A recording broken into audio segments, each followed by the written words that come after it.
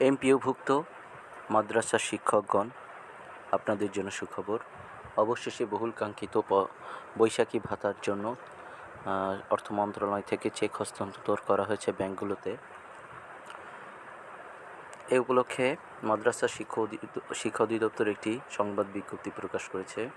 বিজ্ঞপ্তিতে বলা হয়েছে, মাদ্রাসা শিক্ষা অধিদপ্তরের আওতাধীন বেসরকারি শিক্ষা প্রতিষ্ঠানসমূহের শিক্ষা কর্মচারী উৎসব ভাতা 2025 বাবদ 4টি চেক বণ্টনকারী অগ্রণী ও রূপালী ব্যাংক লিমিটেড প্রধান কার্যালয় এবং জনতা ও সোনালী ব্যাংক লিমিটেড স্থানীয় কার্যালয়ে 20/4/2025 খ্রিস্টাব্দ তারিখে স্মারক নম্বর এত তারিখ হতে 17/4/2025 খ্রিস্টাব্দ অনুযায়ী হস্তান্তর করা হয়েছে। শিক্ষক কর্মচারীগণ 20/4/2025 তারিখ খ্রিস্টাব্দ এরপর সংশ্লিষ্ট ব্যাংক হতে উৎসব ভাতা 2025 বৈশাখী বোনাস অংশ উত্তোলন করতে পারবেন।